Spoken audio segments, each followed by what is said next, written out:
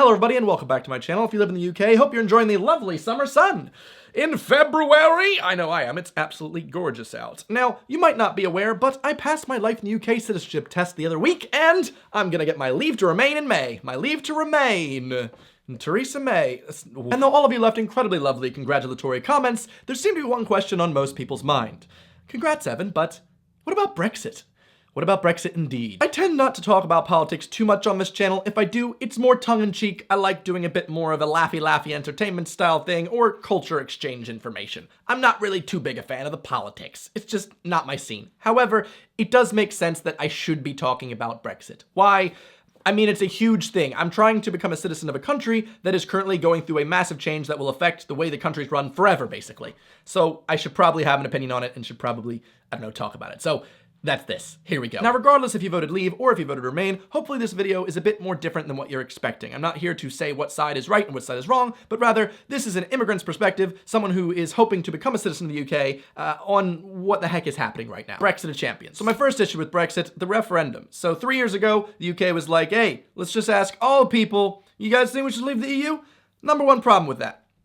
Why was that polled to everyone? This is regardless of if it ended up being leave or remain. Why was that a decision that was put into the hands of everyone? You might be thinking to yourself, well, that's an idealistically democratic way of handling things, the powers and the people. And I would agree with you, that is idealistically democratic. And I believe the leave side champions that really strongly, like, it's the will of the people voting Brexit. But here's the thing, people are inherently uninformed on many issues. I think we can all agree on that, especially considering that Theresa May's own constituency had a lot of votes go towards a certain Lord Buckethead. What informed decision that was. Sure, you can call it a rebellious vote, but I wouldn't necessarily call it an informed one then. Think about how well-informed you are on political issues. I mean, for instance, you clicked on this video willingly, so therefore you're already going out of your way to become more informed on certain issues. Good job. Now think about everyone else. Think about like old Barry from Norwich, the mechanic, right? He's just gonna be like, I don't know. I like autumn. Let's vote leaves! You know, genuinely, that sounds like a joke. I'm trying to make jokes of it, but that's a genuine thing that someone could be doing. On the other end, someone could be like, oh, you know what? Maine's my favorite US state. I'm voting remain. It sounds funny, and that's because I'm making a joke out of it, but this is genuinely a consideration you need to have. The reason that we as people have invented governing bodies and vote for politicians is because we are expecting them to represent us and do all of our homework for us. How many of you out there have read the New Deal for the new Brexit that's supposed to happen that everyone doesn't like? I don't think any of you have, because that's so much effort. That's so much to try and do. We all have our own jobs. We all have our own things we're masters at. That's the whole point of electing officials to do this stuff, okay? We elect these experts in their field to read these trade agreements, to understand how this will affect, you know, foreign affairs and how the pound will crash or whether it'll bounce back. This is what their job is. Their job is to make sure we get represented. We should not be put to task to vote for these things. Imagine if for every single bill Parliament wanted to pass, they had a referendum and everyone had to vote. Like, do you think we should pass this tariff for Indian goods? I don't know, how informed are you on Indian goods? Because I know I'm not. Also, you could have a referendum on basically anything, and we would all have an equal say in this. Let's just say Theresa May is like, got nothing else going on. No one seems to be accepting my deal. Even went into Tesco. No meal deal for me. Bad day for me. You know what? Referendum number 2, this one. Why shouldn't we declare a war on France? War on France, everyone, let's have a referendum. It's a joke, like I said, but that could happen. Why not just do that? You might be thinking to yourself, Evan, you must be having a laugh if you think that people would actually vote for war on France. People said the same thing. Oh, there was a hair in shot. People said the same thing about the Leave campaign. People said the same thing about Trump, even though he lost the popular vote. The thing is, people may surprise you with which way they vote in the way that is against what most people would call reason. That's why we don't open this up to everyone. We hire these officials to do this. Think again of my good friend, the mechanic Barry from Norwich, and he's like, you know what? Had a bit of a bad croissant this morning. I hate France. Let's go to war. That's something that could happen. You don't know why people vote the way they do. You could just go, I hate French accents. I went to Paris once and everyone bumped into me and they smelled like cigarettes. Let's go to war. That could be a thing. Here's the thing.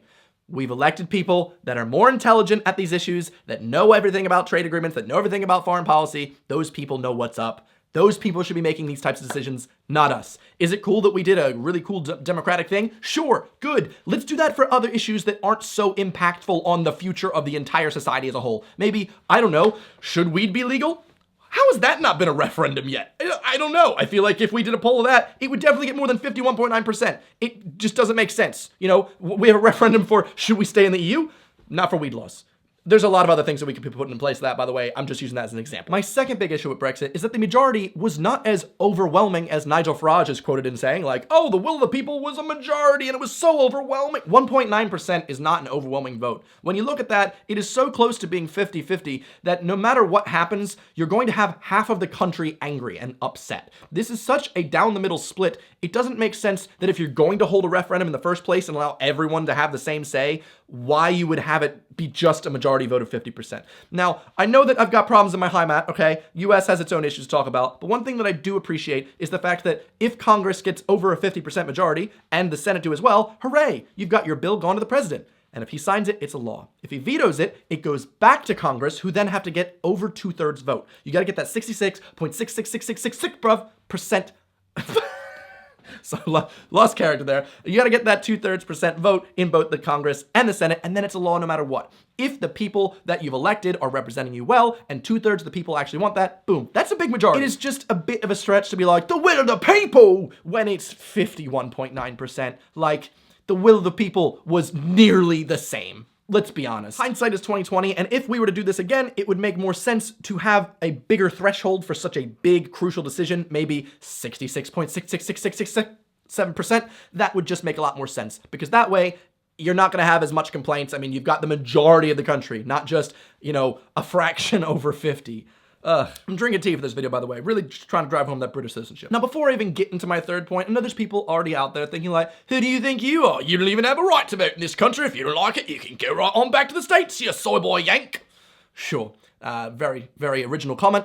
I love it. Now, I do not believe I deserve the right to vote in this country. I'm gonna be completely honest with you, because I am just an immigrant that is watching this unfold. Even though the issue of Brexit and issues such as these affect myself and other immigrants quite greatly and our future, it is still not up to us, and I 100% understand that decision. I don't think I deserve the right to vote until I become a citizen. For me, it feels like I'm a lovely house guest in the house of the UK, and the UK is like, hey, does anyone want pizza? And everyone's chiming up saying pizza, and I can't just go, I want chicken, all right? I don't have the right to say that, okay? I've just come into someone's house and demand they make me chicken. Sorry, it's pizza night, okay? It's time for pizza. However, to bring this back to normal, it does feel a bit like I'm in this lovely home and I see everyone just kind of lighting up the house and trying to torch it, and I can't really complain, so I'm just kind of sitting around going, well, at least I have a nice warm and toasty bed, thanks for that. Brexit does feel like the country is destroying itself. For the most part, that's how it feels in my opinion. But at the end of the day, I cannot vote. For another year at least, and I respect that. At least I have a platform, at least I can say something about it. My third big issue with Brexit is the whole issue of the second referendum. And here's where, for the most part, I do agree with the Leave campaign. They're saying, you know, it's the will of the people, you can't just hold a second referendum if you don't get your way. Take the L. I get that. I really do. You can't just keep holding referendums if you don't get your way. That's not how democracy works. If you're gonna do this terrible referendum tactic where everyone has the say, you can't just do it again if, you know, let's do a do-over. I don't like those results. However, I would say that for the first year, even 2, it's been 3. I am certain there are so many people that voted in either direction that is now witnessing what the heck is going on in Parliament and realizing that absolutely no one on the Leave campaign had any plan. The fact that every single politician that originally bastioned for Leave is now waffling around or leaving and trying to shirk away from responsibility, because no one wants to take credit for this, because it's clearly a disaster that has had no plan from the beginning. If people that voted Leave knew that absolutely no one knew what to do once Leave was picked, I'm pretty sure they wouldn't have voted that way. Think about it this way. When you're electing a member of Parliament, you're not electing them for life. You're electing them for a certain term. A referendum like this that has such a huge impact on the future, it does not make sense that you cannot change your mind. After 3 long years of delaying it, Theresa May has finally come up with a deal that literally no one wants. Now here's the thing, how many of you have read Theresa May's deal? I don't think any of you, probably. I know I haven't. Here's the thing, I know that the members of Parliament have read it, and what percentage of them did not like this deal? Over 66.67%! We have a huge majority! What's that mean? Wow, it's really bad. Like, at least we finally got that big majority, just to say, we don't want this. But here's the options here. We either accept this horrible deal that the people that have read it, the experts in the field that have read this horrible deal say, it is bad. I can't believe it's that bipartisan. Over 2/3 of people said no.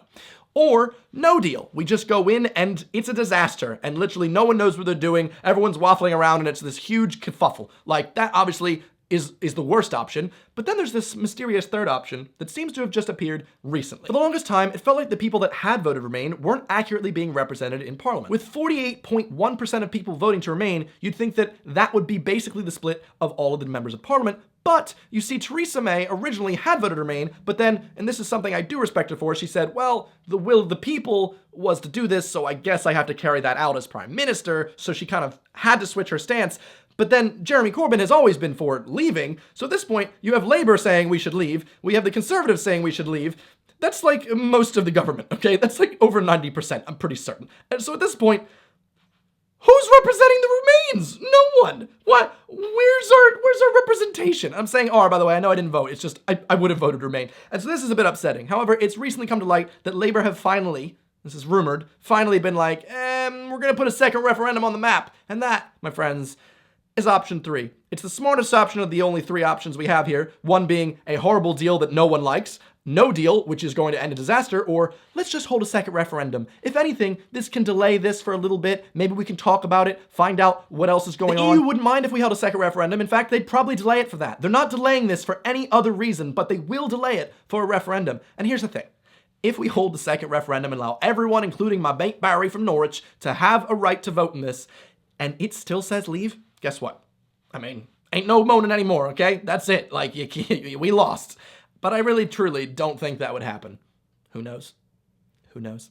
Do you know? Leave a comment below. Please help us out of this disaster. But anyway, those are most of my opinions on Brexit. It is a bit of a dumpster fire to watch as someone who's inside of the dumpster going, please stop. But hey, you know, you get what you get. We got our own problems going on in the US, so he without sin cast the first stone or sip the first tea. And that is the tea on Brexit. It's a good transition. So there you go, an immigrant's perspective on what's going on with Brexit. I truly hope the UK makes the right decision and doesn't ruin everything, but hey, it's their decision, it's their house. If they want to burn it down, I guess they have the right. But hey, this is just my opinion, so if you disagree, or if you agree, please tell me in the comments below. We'll have a little discourse. I didn't want this to sound like I was preaching to the choir, and I do try and understand both sides of this. Like, at the end of the day, no matter if you voted for Leave or if you voted for Remain, you were voting for what you thought was best for your country, and I respect that. No matter how informed or uninformed you were, hopefully, you were trying to do what you thought was best for your country. I hope that everyone can continue to become more informed about these types of situations, so that hopefully we continue to do what's best for the country that we love. Thanks for watching. I'll see you guys next time. Here's another video I made, by the way. Whew. Seamless outro. Bam! Wow, you click that? It's pretty good. Or not. Cool, man. I make new videos every Sunday. I'll see you guys next Sunday. Goodbye. Earl Grey's so much better than English breakfast. That's my most controversial opinion. So when you're making tea, do you like to make the bag leave or do you let it remain and make the whole tea stronger? I know what I like. I just like tea.